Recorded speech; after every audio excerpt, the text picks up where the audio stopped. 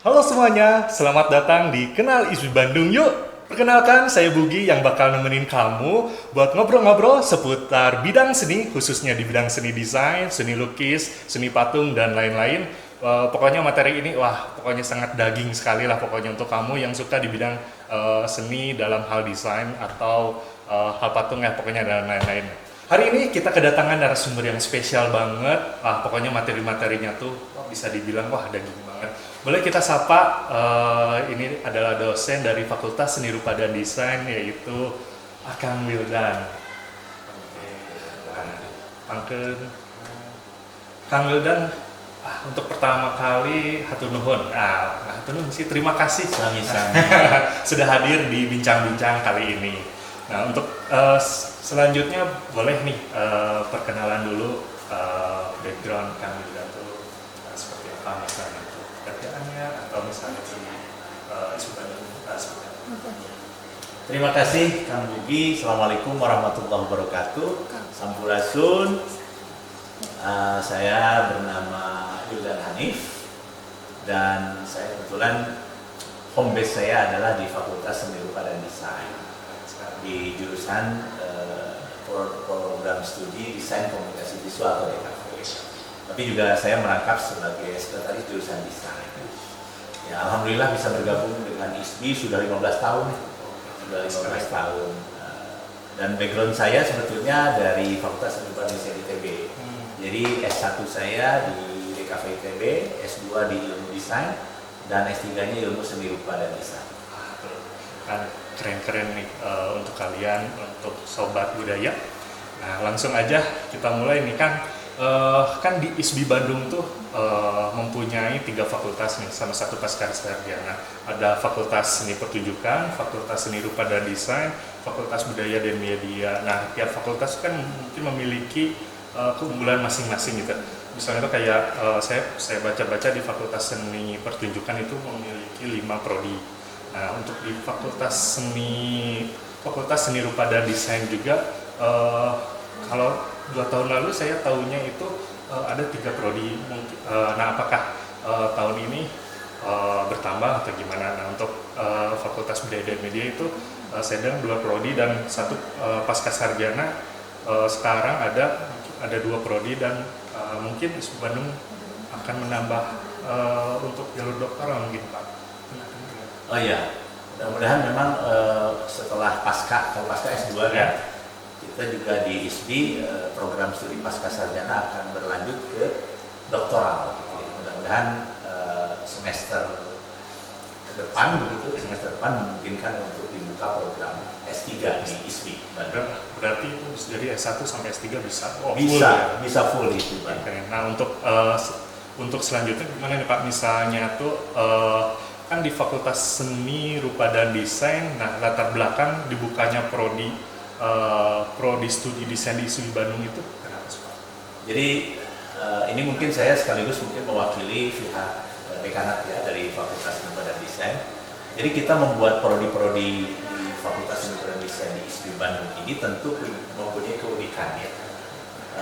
Mungkin positioningnya atau perbedaannya dibandingkan dengan prodi-prodi lain yang memiliki nama yang sama mungkin di luar. Kita sebetulnya ingin mengembangkan dan merevitalisasi kekayaan seni rupa dan desain yang berbasis pada warisan budaya Nusantara. Warisan budaya Nusantara itu sangat kaya, gitu ya, sangat luar biasa. Kita ingin menjaga agar warisan ini tetap hidup, kontekstual, tapi juga inovatif. Jadi bisa diaplikasikan gitu dalam keseharian di masyarakat dan adaptasi juga dengan sains atau teknologi yang lebih modern begitu ya.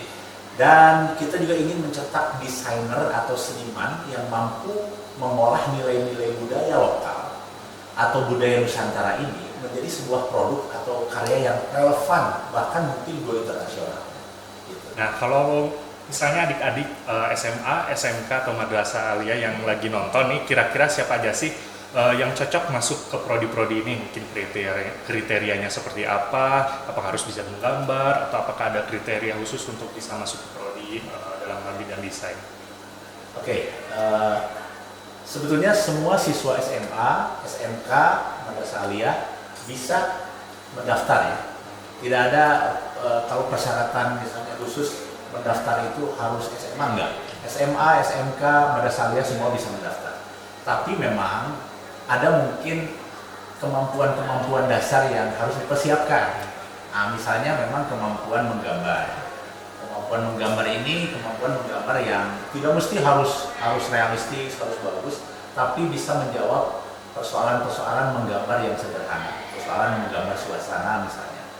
Dan yang kedua adalah bagaimana siswa SMA, SMK, dan Madasalia ini memiliki minat yang luar biasa ya terhadap bidang seni dan desain dan ingin melestarikan budaya Nusantara.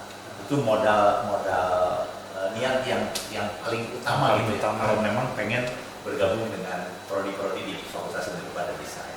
Baik, nah itulah misalnya tuh untuk kalian yang SMA, SMK yang berminat masuk ke Fakultas Seni Rupa dan Desain, bisa nih masih ada waktu sampai 4 Juli 2025 untuk pendaftaran pendaftaran mandiri di ISBI Bandung. Nah, ini Pak, kalau maaf nih, ini Kang.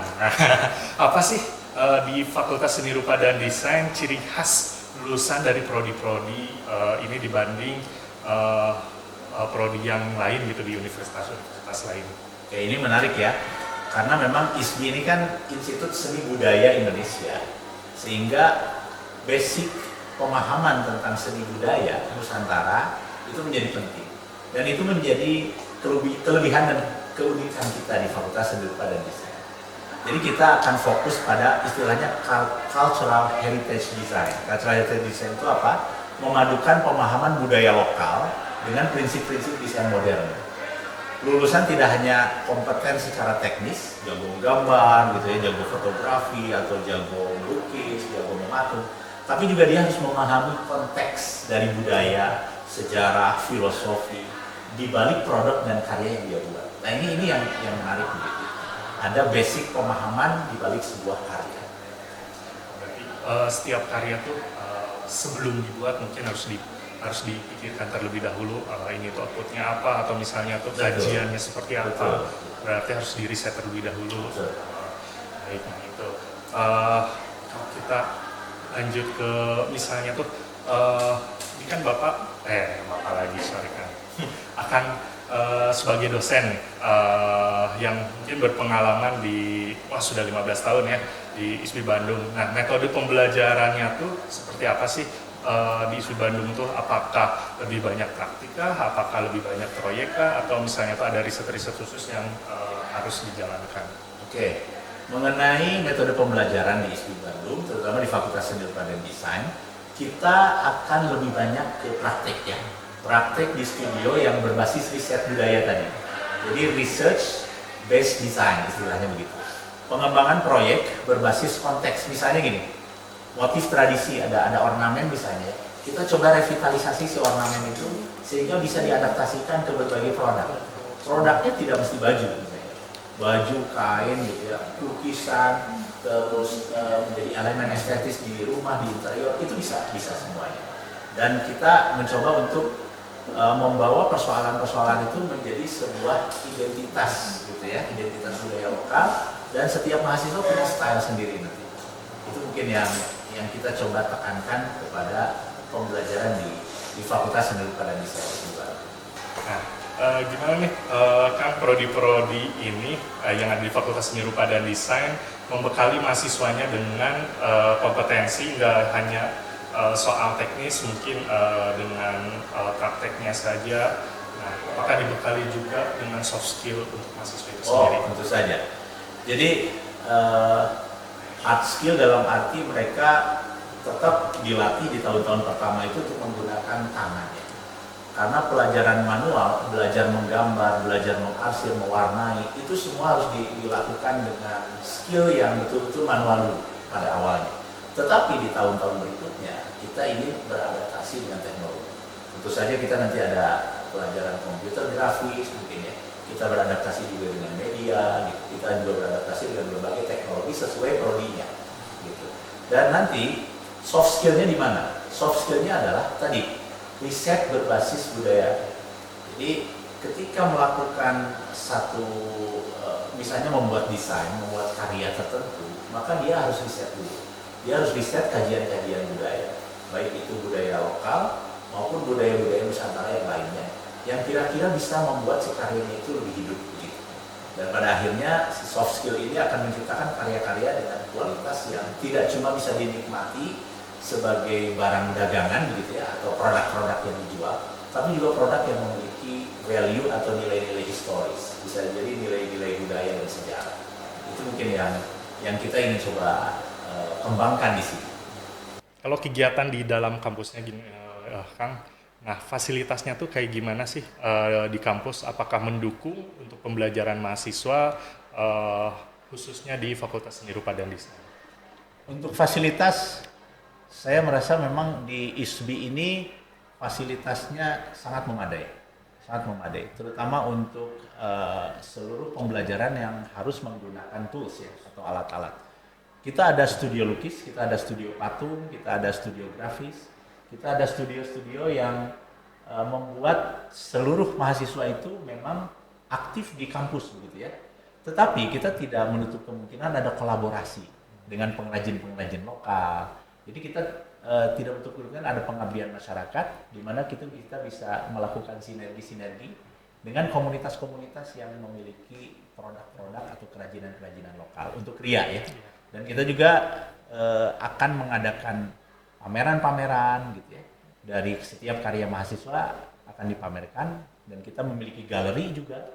Fasilitas sangat memadai, insya Allah gitu ya, di ISBI Bandung. Itu kan keren sekali untuk untuk seni budaya, untuk pejuang seni budaya yang ingin masuk ke ISBI Bandung.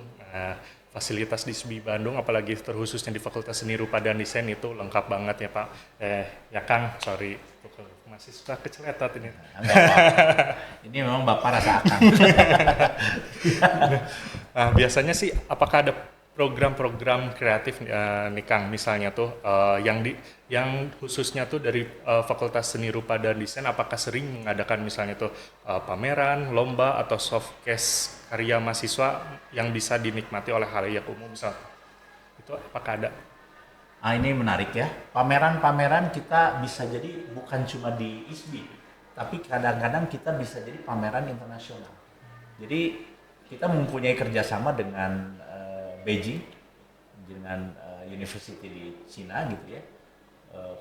Kita juga ada kerjasama dengan UITM Malaysia, di mana kita sering melakukan pertukaran mahasiswa. Dan kita juga ada kerjasama dalam pameran-pameran bersama. Jadi bukan cuma lokal, bahkan mungkin nasional, bahkan internasional. Ini yang menjadi concern dan sudah dilakukan selama beberapa tahun ini di Fakultas Seni Rupa dan Desain.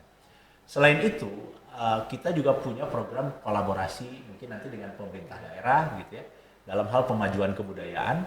Festival seni kita mengadakan istilahnya art festival gitu ya. Tiap tahun kita memamerkan karya-karya mahasiswa itu di tempat-tempat yang representatif yang bisa dikunjungi oleh banyak orang.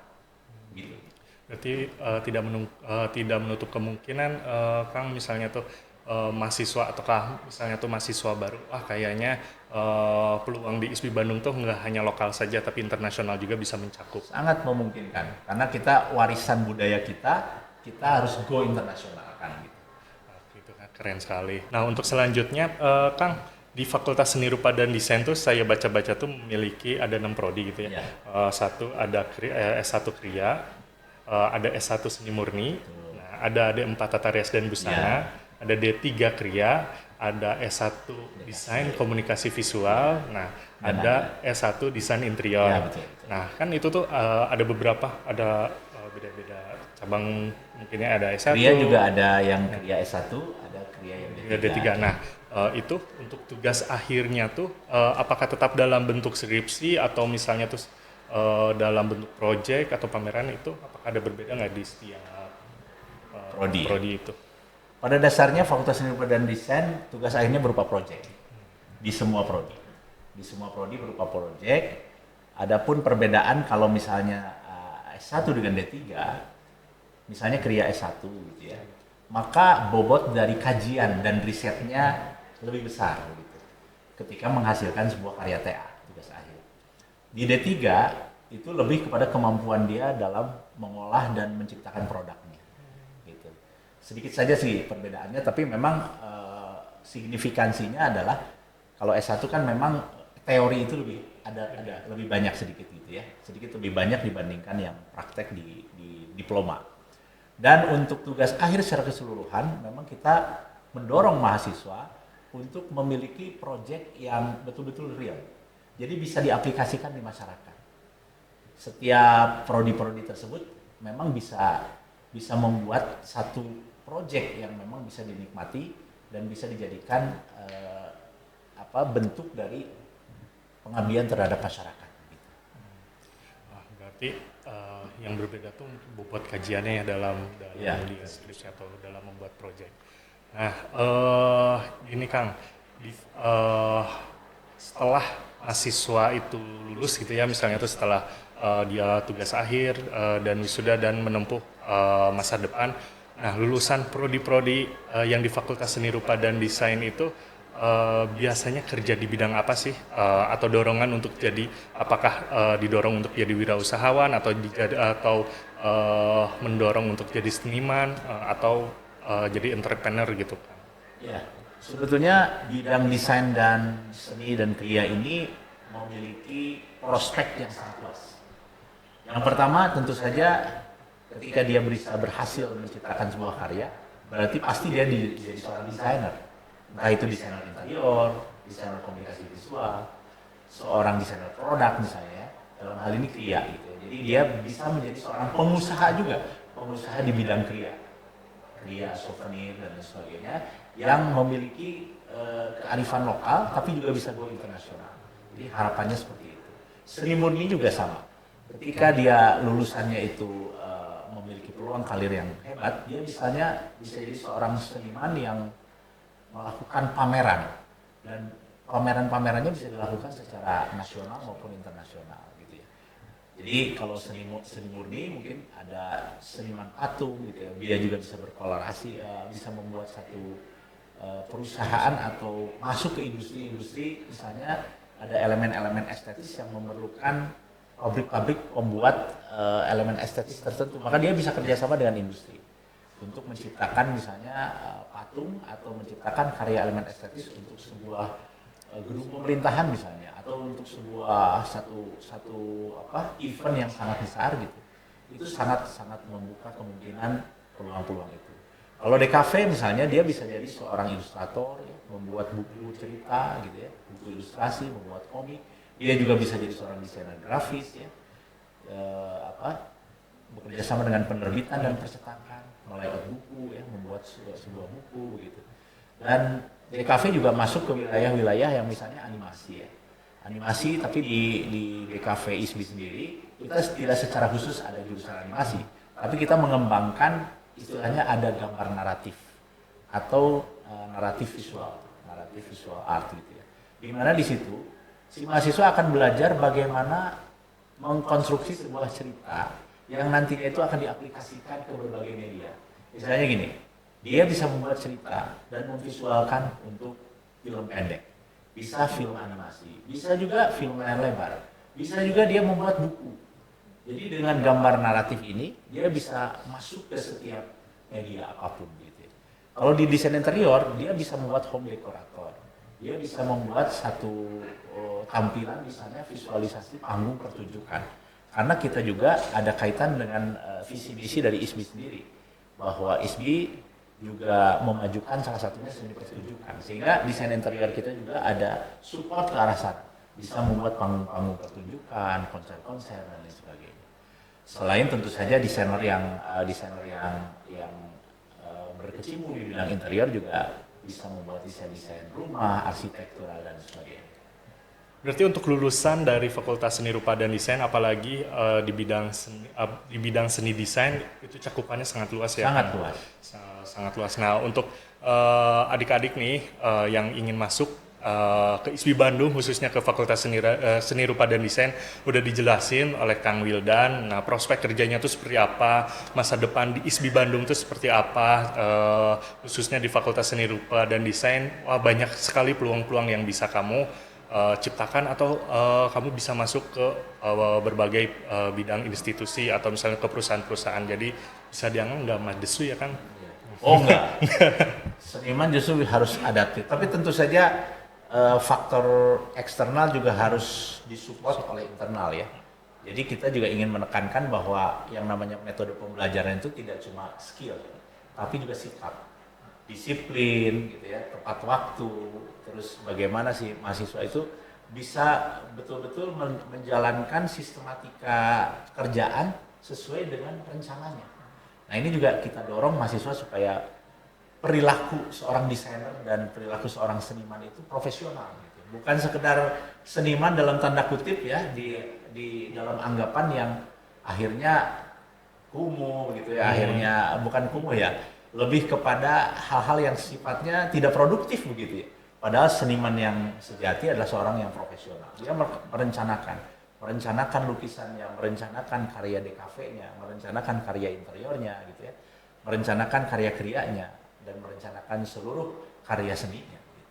Itu yang mungkin kita ingin tekankan juga di ISBI Bandung. Nah berarti nggak usah khawatir gitu ya Kang untuk masuk ke ISBI Bandung, apalagi di Fakultas Seni Rupa dan Desain. Kita welcome banget. Nanti juga adik-adik misalnya tuh kalau masuk ke Fakultas Seni Rupa dan Desain nanti juga ketemu nih sama jagoannya, sama Kang Wildan. Nah terakhir sebelum kita bahas prodi satu persatu nih Kang, kenapa sih kita tuh penting belajar seni dan desain yang di institusi berbasis budaya mungkin seperti ISBI Bandung? Seni dan budaya itu ada di mana-mana kan, apalagi Indonesia ya. Warisan budaya Nusantara itu sangat kuat di semua segi kehidupan gitu ya. Dan dipakai oleh masyarakat kita ya. Seluruh suku-suku yang ada di Indonesia juga memakai. Kearifan budaya lokal itu harus direvitalisasi, dijaga. Sehingga memang penting sekali kita itu mempelajari seni dan desain yang memiliki basis-basis budaya yang kuat gitu ya. Sehingga kita memiliki identitas dalam membuat produk, dalam membuat karya. Dan ini seiring dengan globalisasi, bahwa globalisasi meniscayakan kita harus punya identitas budaya gitu. Dan ISBI menjadi salah satu di Jawa Barat ya, ISBI Bandung sebagai penjaga nilai-nilai tersebut supaya kita bisa mengejawantahkannya atau mengaplikasikannya di dalam karya yang bisa go secara internasional maupun nasional. Baik, nah itu sedikit penjelasan ya Kang mengenai Fakultas Seni Rupa dan Desain itu hanya kulitnya saja. Yeah. Nah apalagi kalau misalnya tuh adik-adik yang ingin masuk ke ISBI Bandung, nah nanti bisa sampai kerak buminya, sampai inti buminya bisa dipelajari di ISBI Bandung. Nah sekarang kita mungkin bahas lebih dalam Kang. Untuk di Fakultas Seni Rupa dan Desain kan di situ ada ada S1 Kriya Seni. Nah, mungkin disebutnya kalau di ISBI Bandung tuh Prodi Kriya Desain Produk Budaya. Iya. Nah, bisa dijelasin Kang, apa sih yang dimaksud dengan desain produk budaya? Apakah ada contohnya gitu? Ya. Jadi desain produk budaya ini adalah program studi yang memadukan nilai-nilai dari kebudayaan itu, filosofi budaya lokal dengan proses mendesain secara modern. Ini akan menghasilkan produk yang punya nilai budaya. Nah, itu berbedanya ya. Produk yang punya nilai budaya. Contoh misalnya furniture tapi berbasis arsitektur tradisi. Nah, gitu ya. Atau batik kontemporer dengan narasi sejarah misalnya. Atau misalnya produk interior hotel heritage misalnya gitu ya. Atau perhiasan-perhiasan ya. Kerajinan perhiasan itu ya, yang berbasis motif kerajaan-kerajaan Nusantara misalnya. Oh ini kaya sekali kan kita, ribuan aspek kebudayaan lokal itu kita bisa gali dan kita bisa aplikasikan dalam berbagai media dan berbagai produk. Itu mungkin yang kita ingin kejar dari desain produk budaya gitu ya. Dari desain produk budaya berarti tidak hanya kriya dalam bentuk misalnya tuh hanya rumah tangga, tetapi lebih luas mungkin ya. Lebih luas. Nah untuk kan apa sih kan di Fakultas Seni Rupa dan Desain itu ada D3 Kriya dan S1 Kriya dalam produk budaya, itu bedanya dari segi apa? Kalau secara umum D3 itu lebih memusatkan perhatiannya pada skill ya. Pada skill bagaimana si mahasiswa bisa menciptakan sebuah produk, tapi dengan konsep yang mungkin tidak harus terlalu mendalam. Sedangkan S1 Kria, dia dibekali tadi dengan konsep-konsep dan teori-teori tentang sejarah, tentang warisan budaya, tentang nilai-nilai sejarah lokal gitu, budaya lokal dan sebagainya, sehingga memperkaya dari sisi teoritis gitu ya. Jadi ada basic teorinya yang ditambah begitu. Tapi kalau D3 itu aplikatif gitu. Aplikatif ya, membuat sebuah karya, dia paham sebetulnya karya itu background budayanya apa. Tapi dia tidak harus terlalu memahami persoalan-persoalan yang berkaitan dengan nilai sejarah, itunya tidak harus terlalu diperdalam gitu. Tapi kalau ada yang memiliki minat lebih di bidang itu, maka silahkan ke S1-nya gitu. Gitu mungkin. Nah, itu berarti perbedaannya S1 Kria bisa disebut mungkin S1 Kria Desain Produk Budaya, dan D3 Kria. Nah, itu perbedaannya lumayan cukup signifikan ya Kang, dalam memahami suatu mungkin karakteristik seni itu backgroundnya seperti apa. Nah itu mungkin perbedaannya. Betul. Nah, kalau misalnya tuh kompetensi utama yang ingin dicapai di lulusan prodi ini itu apa saja Kang? Jadi kompetensi utamanya untuk prodi Kria Budaya ini adalah yang pertama kemampuan meriset budaya untuk sebuah desain. Dia harus riset dulu lah gitu ya. Apa latar belakang kebudayaan yang menjadi konsep desainnya. Yang kedua menciptakan produk yang mengandung narasi budaya. Narasi budaya ini apa? Ya tadi ketika dia mempelajari budaya tertentu, dia coba gali tuh apa saja yang kandungan nilai dan gaya dan identitas dari budaya tersebut supaya produknya itu kaya dengan itu gitu ya. Yang ketiga adalah penguasaan teknik terus terang ya. Penguasaan teknik ini menjadi sesuatu yang sangat penting. Teknik kria dengan peralatan yang sangat memadai, baik itu peralatan yang tradisional maupun peralatan yang modern. Yang keempat adalah ini jangan lupa kita juga akan mengajarkan kewirausahaan. Kewirausahaan ini penting karena kadang-kadang seorang seniman atau desainer mungkin tidak mesti harus kerjasama dengan industri atau kerja di industri. Dia bisa saja membuat satu perusahaan sendiri atau home industry gitu ya untuk kewirausahaan yang sifatnya dia create sendiri. Banyak sebetulnya yang istilahnya mungkin peluang-peluang di bidang itu. Dan yang terakhir adalah kita ingin mengembangkan teknologi di bidang heritage design. Di heritage design ini yang tadi yang membuat sebuah lingkungan budaya yang bisa mengangkat nilai-nilai budaya lokal tadi menjadi sesuatu yang bisa diaplikasikan di masyarakat. Itu mungkin. Dari kompetensi yang sudah disebutkan sama Kang Wildan, jenis-jenis produk seperti apa mungkin yang dikembangkan oleh mahasiswa? Ini nih menarik ya. Kita bisa misalnya furniture dan interior berbasis budaya. Furniture itu kan kayak mebel gitu ya. Terus yang berkaitan dengan aplikatif ya, seperti meja, seperti kursi, bukan cuma itu, mungkin ada furniture di hotel dan sebagainya. Tapi bagaimana nilai budaya lokalnya masuk di situ? Furniture dan interior berbasis budaya. Yang kedua, produk tekstil. Produk tekstil ya dari mulai baju, kain dan sebagainya, atau busana yang memiliki juga narasi budaya. Ini juga akan diolah gitu ya. Mungkin ada batik, tapi batiknya juga diolah gitu. Batik kontemporer seperti apa? Atau nilai-nilai sejarah dari batik itu, atau narasinya dimasukin. Ada sejarah tentang kerajaan apa masuk ke narasi batiknya.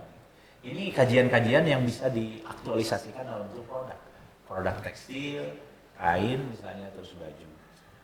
Dan tentu saja produk-produk yang berkaitan dengan industri pertekstilan yang lain. Yang ketiga cindera mata premium. Premiumnya kualitasnya berarti ya. Kualitasnya kualitas premium.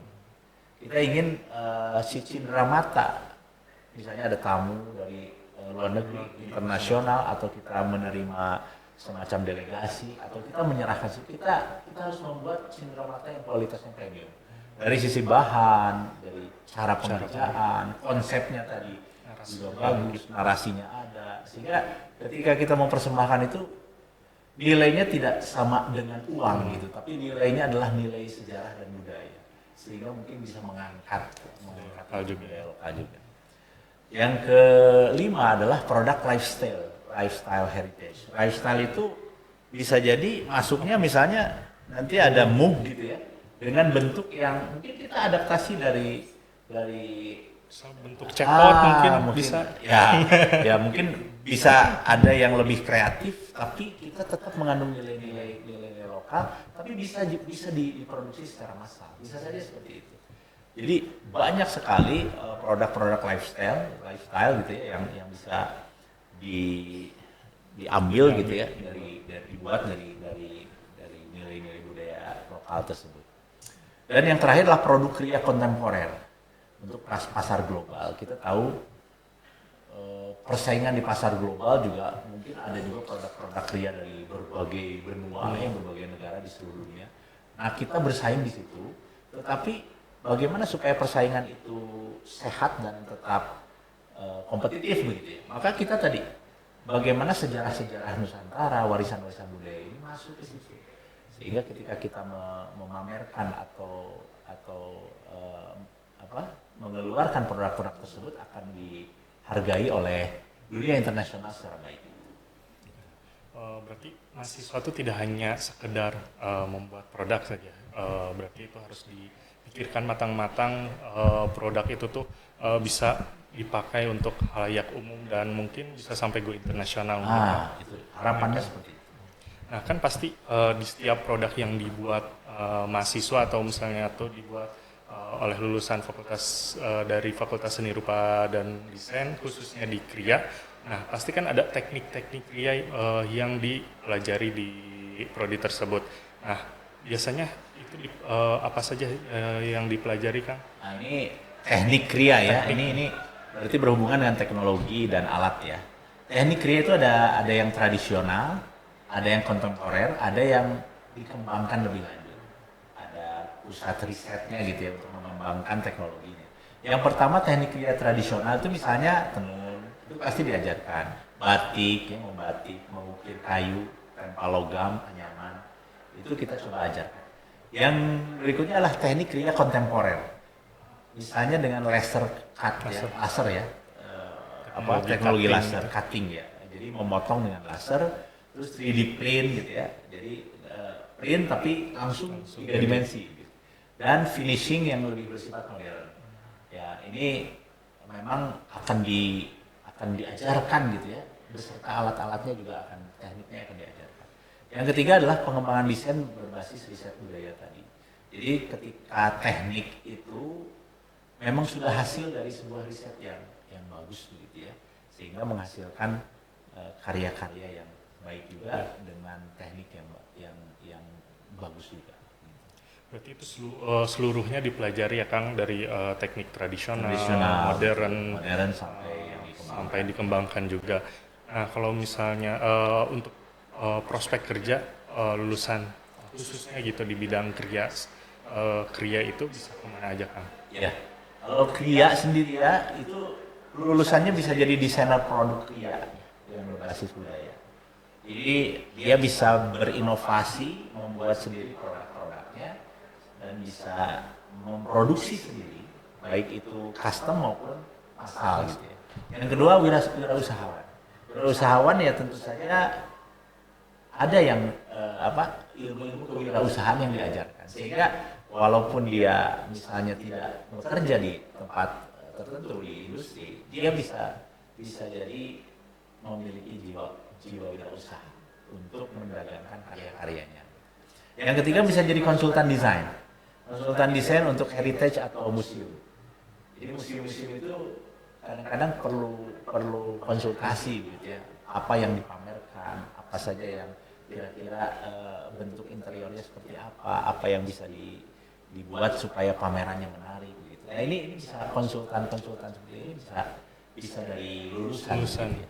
Yang keempat adalah pengembang produk pariwisata budaya. Nah ini pariwisata ini menarik karena di setiap tempat di Indonesia, wisata di Indonesia, kadang-kadang kita membutuhkan inovasi-inovasi. Mungkin kita bisa kerjasama dengan pengrajin lokal di situ. tapi idenya ide bersama. Gitu. Kita kembangkan yang ada di situ, gitu ya. Terus kita berikan inovasi-inovasi baru sehingga muncul produk baru. Bekerjasama dengan sektor pariwisata. Yang berikutnya adalah desain furniture tadi ya, sama. Furniture dan interior bernuansa heritage. Bernuansa lingkungan yang ramah lingkungan, ya kalau bisa memang tidak ada atau sedikit limbah yang dihasilkan gitu ya. Berwawasan lingkungan lah intinya. Dan yang terakhir adalah menjadi akademisi. Boleh saja ya. Jadi setelah lulus ya jadi dosen begitu ya, atau jadi akademisi atau jadi peneliti di bidang seni dan budaya. Baik, berarti sama seperti prodi-prodi yang lainnya untuk untuk lulusan di bidang kriya itu luas banget ya Kang. Luas. Bisa tadi bisa jadi wirausahawan, entrepreneur, terus jadi riset juga, terus jadi konsultan juga mungkin untuk museum atau ke institusi juga bisa mungkin Kang. Nah, jadi untuk adik-adik yang ingin masuk ke ISBI Bandung khususnya di Kriya nih, tadi udah disampaikan sama Kang Wildan, kita udah berbincang-bincang di S1 Kriya Kang. Nah, mungkin selanjutnya itu kita ke prodi desain komunikasi visual. Nah, mungkin saya tadi dengar Kang Wildan tuh juga sebagai dosen DKV pasti sudah paham atau sudah ngolotok lah gitu bahasanya tuh. Nah, kalau di DKV itu media visual apa saja Kang yang dipelajari mahasiswa DKV di ISBI Bandung? Iya. Desain komunikasi visual di ISBI Bandung ya. Kalau tadi mungkin Kriya, sekarang DKV. Apa bedanya DKV di ISBI dengan DKV di berbagai universitas di lain di luar gitu ya. Yang pertama, DKV yang kita coba kembangkan di ISBI berdasarkan visi misi dari fakultas juga, yaitu tadi ada nilai-nilai cultural heritage design. Ada warisan budaya Nusantara yang masuk ke karya-karya DKV-nya. Sehingga DKV-nya itu tidak hanya sekedar menjawab persoalan-persoalan promosi, iklan gitu ya. Tapi lebih jauh dari itu. Bagaimana iklan atau promosi yang dilakukan itu kita sinergikan dengan berbagai kebutuhan. Ini ada yang menarik juga ya. DKV di ISBI kita akan menjalin kerjasama juga dengan berbagai institusi karena pada dasarnya DKV itu menjawab persoalan semua bidang. Jadi kalau misalnya Anda membutuhkan ilustrasi tentang kedokteran atau tentang kesehatan, maka orang-orang DKV bisa berkecimpung di situ. Masuk ke ranah misalnya kriminalitas, masuk ke kepolisian, maka dia bisa di situ untuk masuk ke ranah yang sifatnya visual ya, misalnya kalau kita nonton film-film itu ya ada reka wajah misalnya gitu ya. Nah orang-orang DKV diperlukan di situ. Ya tentu saja kalau promosi dan iklan itu dasar lah, pasti di semua institusi kita diperlukan. Gitu ya. Jadi kita akan masuk ke berbagai institusi, jangan takut begitu ya, bahwa pekerjaan dari seorang desainer komunikasi visual itu bisa jadi sangat banyak gitu, karena memang bisa masuk ke setiap institusi. Itu mungkin sehingga kita ingin menjawab itu gitu ya. Kita ingin menjawab skillnya mahasiswa DKV di kita itu bisa mumpuni untuk bisa menjawab setiap permasalahan. Tetapi salah satu kelebihannya juga adalah dia memiliki basis kultural tadi gitu ya. Sehingga ketika berhubungan dengan DKV yang berkaitan dengan ranah seni, pariwisata dan lain sebagainya, dia punya basis riset yang baik. Basis istilahnya pemahaman yang baik tentang folklore. Folklore itu artinya cerita rakyat misalnya ya. Dia memiliki pemahaman yang cukup tentang budaya lokal, sehingga ketika dia menjawab persoalan-persoalan yang berkaitan dengan berbagai permasalahan di pemerintah misalnya, yang berkaitan dengan permasalahan-permasalahan di masyarakat gitu ya, itu dia bisa menjawab persoalan itu gitu, dengan tentu saja cara DKV gitu. Itu mungkin yang ingin kita kembangkan di DKV. Dan di DKV juga kita ada tadi naratif visual ya. Jadi belajar untuk membuat sebuah narasi. Narasi di sini bisa cerita, bisa sebuah konsep, sehingga apa yang disampaikan dalam karya-karya DKV-nya itu bisa menarik begitu. Karena orang tertarik biasanya dengan cerita. orang tertarik dengan satu narasi yang menggugah begitu. Nah ini juga yang akan diajarkan di DKV. Baik. Nah, kalau misalnya tuh kan di apalagi di ISBI Bandung gitu, DKV ISBI Bandung, gimana sih seni budaya lokal atau misalnya tuh kultural masuk ke dalam DKV di Prodi ISBI Bandung? Iya. Jadi memang tadi seperti dibilang visi misi FSRD-nya ini kita berbasis cultural heritage gitu ya, sehingga cultural heritage ini harus menjadi ruh gitu ya, semangat spirit dari semua prodi termasuk DKV.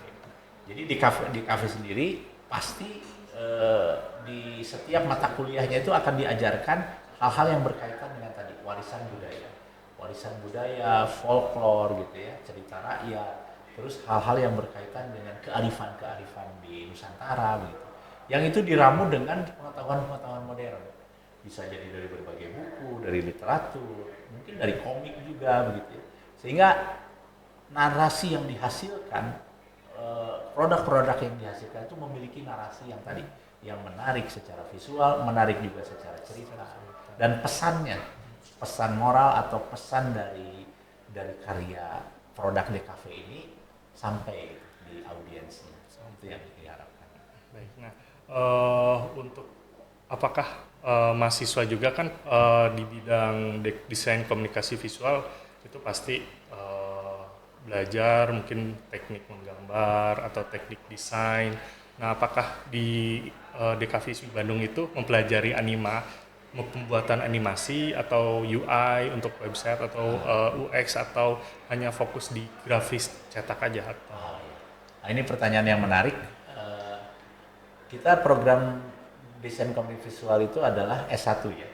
Sehingga ada 8 semester. Setiap semester kita akan menekankan kepada satu skill dan pemahaman tertentu dari sebuah media. Misalnya di semester 1 dan 2 itu manual tadi ya. Ada teknik pembelajaran manual, tapi juga ada masuk sedikit pembelajaran digital supaya dia mampu menguasai teknik di tingkat 1. Pemahaman-pemahaman dasar seperti ilmu budaya dasar, terus bagaimana nanti ada masuk ilmu antropologi dasar, itu menjadi basic dari awal si mahasiswa supaya cara pandang dia terhadap satu karya itu memiliki konsep budaya yang kuat. Itu yang kelebihan kita mungkin di situ ya.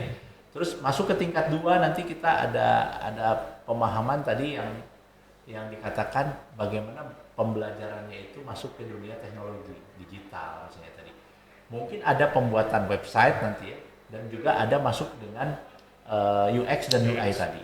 Jadi bagaimana si desain interface dari sebuah tampilan produk website itu juga dipelajari. Itu animasi itu kan sebetulnya medianya. Website juga media, komik juga media. Nah, itu semua akan dipelajari secara teknis di berbagai mata kuliah. Tapi yang paling inti adalah bagaimana semua itu berbasis tadi. Bagaimana konsepsi budaya masuk ke dalam karya-karya tersebut. Mudah-mudahan ada nilai-nilai lokal yang bisa kita angkat gitu ya di karya-karya tersebut begitu. Jadi animasi sangat memungkinkan kita belajar animasi, tapi didasari dengan tadi teori naratif visual, terus studi naratif gitu ya, studi desain narasi dan lain sebagainya. Itu yang akan dipelajari di DKV. Nah, baik, itu tuh yang ingin, apalagi mungkin di ISBI Bandung desain komunikasi visual itu prodinya cukup seksi gitu ya kan. Cukup banyak diminati. Kemarin dilihat di SNBT, di SNBP atau SNBT itu peminatnya paling tinggi ya? Paling tinggi kan? Paling tinggi ke DKV. Untuk DKV berarti minat sekarang atau minat di dunia kreativitas itu sangat meningkat kan? Apalagi mungkin dibarengin dengan platform lain mungkin Instagram, TikTok, Facebook. Betul. Jadi mungkin mahasiswa ingin memamerkan atau misalnya tuh karya-karya yang dibuat udah nggak perlu misalnya tuh. Ini menarik nih karena memang sekarang ada AI ya. AI ini masuk ke setiap lini kehidupan, apalagi di DKV. Sekarang orang bikin cerita narasi, terus tiba-tiba keluar videonya. Gitu.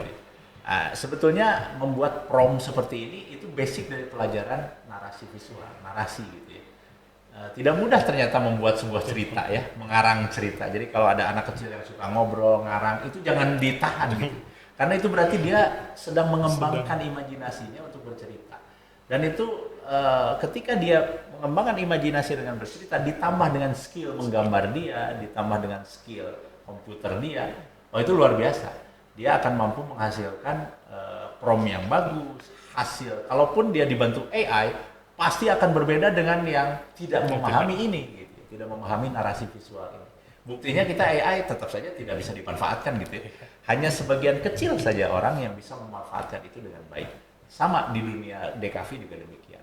Kita tidak tertutup untuk menerima AI. Justru kita dorong mahasiswa untuk bisa membuat prompt yang bagus gitu ya.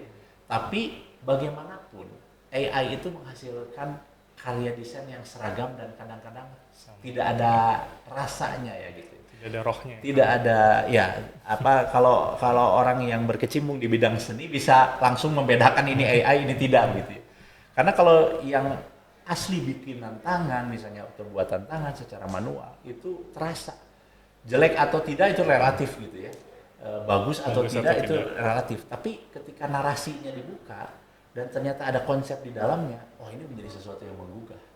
Karena tujuan dari DKV itu bukan visualnya harus bagus, realistis atau bagaimana, tapi komunikasinya. Komunikasinya nyampe apa enggak gitu kan. Jadi bagaimana si desainer itu mampu berkomunikasi. Nanti juga kita ada pelajaran ilmu komunikasi. Kan tadi sudah dijelaskan desain komunikasi visual, Kang. Nah, berarti untuk prodi yang baru tahun lalu dan tahun ini tuh ada 3 kan? Yeah. Ada kriya, ada desain komunikasi visual, dan ada desain interior. Ya. Nah, untuk misalnya desain interior, apa aja sih Kang aspek yang dipelajari dalam desain interior di ISBI Bandung? Ya. Desain interior di ISBI Bandung, sebagaimana tadi dijelaskan, itu konteksnya tetap ya cultural heritage design. Jadi apa yang dimaksud desain interior dengan berbasis cultural heritage ini? Jadi pendekatan perancangan ruang. Nah, interior ini kan berkaitan dengan ruang ya. Perancangan ruang yang menggali nilai-nilai budaya, filosofi ruang tradisional, arsitektur lokal, serta estetika Nusantara. Karena kita kaya banget, setiap suku ya punya rumah adat ya, rumah adat, punya pakaian adat, baju adat. Nah, kita fokus kalau di interior mungkin ke arsitek atau ke interior rumah-rumah yang memiliki basic budaya lokal. Bukan berarti meniru persis dari yang sudah ada, tapi justru kita merevitalisasi tadi. Bagaimana membuat itu supaya lebih terkesan modern gitu ya, dan bisa diaplikasikan di berbagai media selain di media-media yang sudah ada sebelumnya. Nah, makanya ada pendekatan-pendekatan yang kita pelajari di situ, misalnya estetika Nusantara. Kita akan mempelajari selama ini estetika Barat, gitu ya. Barat dari mulai masa Renaissance, prasejarah, dan sekarang itu semuanya dari estetika Barat, seni rupa Barat. Seni rupa Barat. Padahal ada estetika Nusantara yang kalau kita bisa gali, bukan saja menggali dari sisi teori atau sejarah, tapi kita bisa mengaplikasikannya kepada ruang-ruang tadi ya, kepada perancangan ruang. Entah itu rumah, entah itu hotel, persinggahan, masjid, mungkin tempat ibadah, mungkin ya, gereja dan lain sebagainya. Sehingga kita kaya dengan nuansa budaya Nusantara tadi, estetika Nusantara. Kita bisa menerjemahkan estetika Nusantara itu dalam bentuk desain interior yang kontemporer, istilahnya begitu. Desain interior kontemporer. Ya, contoh misalnya ya, ada desain hotel butik, temanya tapi arsitektur Sunda, tapi butik gitu ya. Terus misalnya interior restoran yang mengadaptasi estetika rumah adat tertentu. Nah, jadi restoran tapi mengadopsi rumah adat tertentu dengan pendekatan misalnya mix atau dicampurkan dengan pendekatan modern. Atau misalnya fasilitas publik yang menghidupkan kembali pengalaman ruang berbasis budaya. Yaitu bisa berkaitan dengan misalnya banyak ya kita fasilitas publik tempat orang-orang bercengkrama begitu ya. Tapi dengan pendekatan yang lebih arif dan masuk ke estetika Nusantara tadi. tadi sudah dijelaskan di desain interior. Nah, kalau untuk mahasiswanya itu kompetensinya tuh seperti apa kan? Oke, kompetensi lulusan interior ya, yang terutama adalah yang pertama kemampuan riset budaya. Ini kan S1 ya, Ya.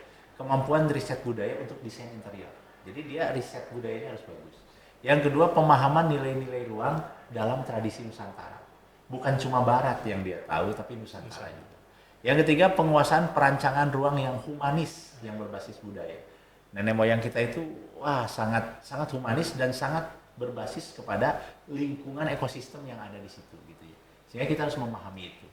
Yang keempat adalah penguasaan software desain interior modern. Tentu saja ya, Iya. software kita diajarkan 3D, modeling, CAD gitu ya, SketchUp dan lain sebagainya. Tentu kita adaptasi dengan teknologi komputer.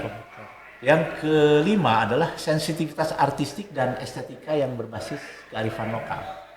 Kadang-kadang sense kita itu dibentuk oleh budaya-budaya dari luar, misalnya Jepang, Korea, begitu ya. Tapi sebetulnya ada mungkin beberapa irisan yang sama ya, persinggungan yang sama kalau di Asia, begitu ya. Eropa juga mungkin ada beberapa yang sedikit bersinggungan. Tapi kita ingin menggali yang Nusantara seperti apa, sehingga nanti sensitivitasnya juga berbeda gitu. Ketika dia melakukan sesuatu, mungkin kita bisa mempelajari bagaimana sih empu-empu terdahulu gitu kalau membuat ruangan gitu ya. Konsep-konsep ruangan di dalam estetika Nusantara itu seperti apa. Nah, ini yang akan dijadikan kompetensi lulusan. Yang terakhir, kewirausahaan. Tetap kita akan mengajarkan bagaimana mahasiswa bisa berwirausaha dengan kemampuan dia, dengan kemampuan dan desain yang dia miliki, sehingga dia bisa menghadirkan ruang yang lebih bermakna. Itu mungkin. Nah, itu kan banyak yang berarti untuk kompetensi lulusan dari desain interior. Iya. Nah, kalau metode pembelajarannya nih, kalau di desain interior ISB Bandung itu seperti apa Kang? Nah, ini metode pembelajaran ya. Yang pertama tentu saja kita banyak praktek ya. Praktek di studio. Yang kedua riset lapangan.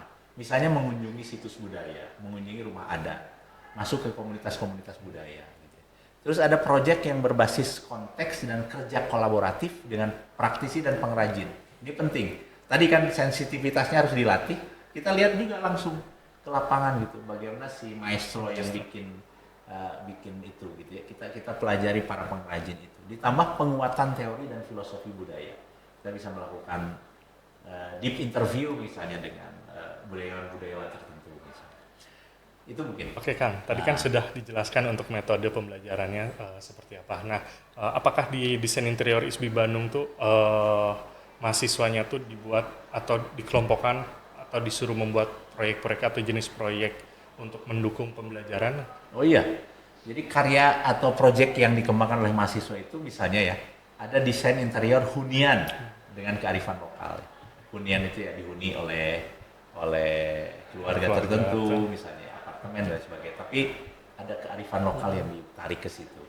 Yang kedua adalah desainer interior hospitality ya, hotel, resort, restoran, itu bagaimana kita masuk ke ruang-ruang budaya. Jadi bukan berarti sama sekali langsung kembali ke masa lalu, bukan. Tapi kita mencoba revitalisasi tadi ya. Bagaimana restoran sekarang, hotel tetap memiliki kearifan lokal atau masuk ke estetika Nusantara tadi. Yang ketiga adalah interior ruang publik yang mengusung tema budaya. Itu sangat memungkinkan.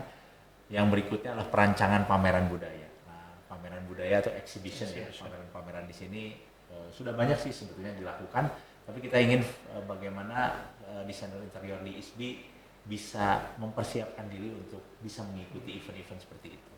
Yang berikutnya adalah konsep ruang dan pelestarian budaya. Museum kita bisa membuatkan museum yang kira-kira lebih memiliki estetik yang sangat Nusantara gitu. Cultural center misalnya, pusat kebudayaan dan sebagainya. Terus juga instalasi interior yang berbasis narasi budaya. Nah, ini akan dikembangkan di interior desain di ISB. Tadi kan sudah dijelaskan juga metode pembelajaran, desain interior di ISB Bandung seperti apa. Nah, kalau untuk lulusan nih dari bidang desain interior ISB Bandung yang mengusung heritage gitu ya Kang, itu seperti apa sih nantinya calon mahasiswa yang ingin mendaftar yang ke desain interior tuh nantinya saya tuh jadi apa gitu kan. Berarti peluang karir ya? Ya. Peluang karir lulusan nih di desain interior. Yang pertama, ya dia menjadi desainer interior, tapi desainer profesional. Dia bisa punya studio, ikut kepada studio yang sudah mapan gitu ya, atau dia buat studio sendiri, mandiri gitu sebagai seorang desainer interior. Yang kedua, konsultan desain interior. Tentu saja kadang-kadang orang hanya butuh konsultasi yang mengerjakan di lapangannya yang lain misalnya. Tapi tetap desainnya itu butuh konsultasi dan butuh perencanaan desain. Nah ini konsultan desain interior ada di situ. Yang ketiga, desainer untuk hospitality industry ya, misalnya untuk hotel, tadi restoran, spa dan sebagainya. Yang keempat, perancangan ruang pamer dan museum. Ini bisa seorang desainer interior juga merancang itu. Terus konsultan pelestarian ruang-ruang bersejarah. Kita ini pemda-pemda daerah seluruh Indonesia ya, provinsi seluruh Indonesia ini pasti membutuhkan desain-desain interior yang mengangkat bagaimana warisan budaya dari masing-masing provinsi. Ini heritage budaya Nusantaranya di situ. Yang berikutnya adalah konsultan pelestarian ruang bersejarah, wirausahawan di bidang interior yang berkarakter budaya. Jadi dia mampu membuat sebuah usaha mandiri yang berbasis dari berkarakter budaya. Akademisi, ini jadi dosen juga nih. Jadi dosen bisa. Jadi lulusan dari desain interior, karirnya bisa jadi dosen, akademisi, peneliti interior yang berbasis budaya. Jadi ada selalu kata budaya, kata heritage, warisan Nusantara itu masuk ke semua prodi termasuk interior. Berarti untuk tugas akhirnya seperti apa, Kang? Oke. Bentuk tugas akhirnya biasanya kalau proyek desain interior itu yang berbasis riset ya, riset budaya, itu didukung visualisasi desain. Tetap saja 3D-nya harus ada gitu ya. Terus ada mock up. Mock up itu ya semacam miniatur dari apa yang akan dia buat nanti gitu ya. Serta laporan tentu saja ada laporan istilahnya risetnya tadi seperti apa. Laporan narasi konseptual yang kuat.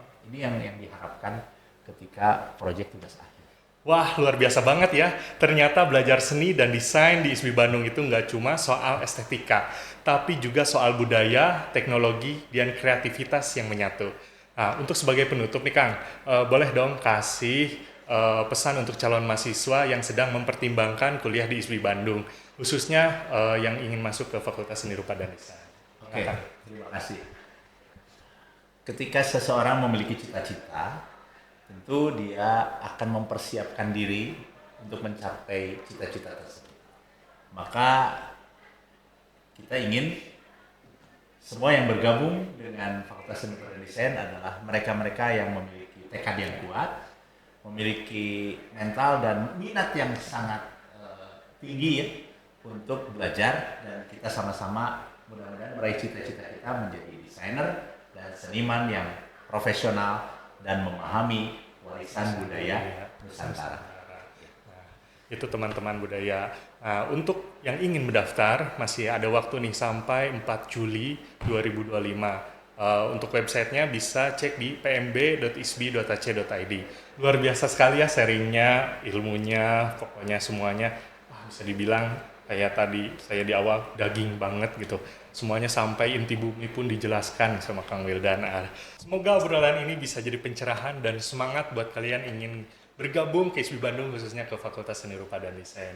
Nah, untuk penutup ada pantun nggak Kang nih buat adik-adik? Kita coba ya. Mangga Kang. Pergi ke Bandung, jangan lupa di Pasar Gede Bage beli kerudung. Cakep.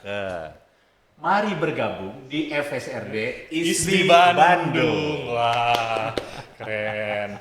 Nah, untuk calon mahasiswa, jangan lupa follow nih di ISB Bandung untuk info-info menarik lainnya.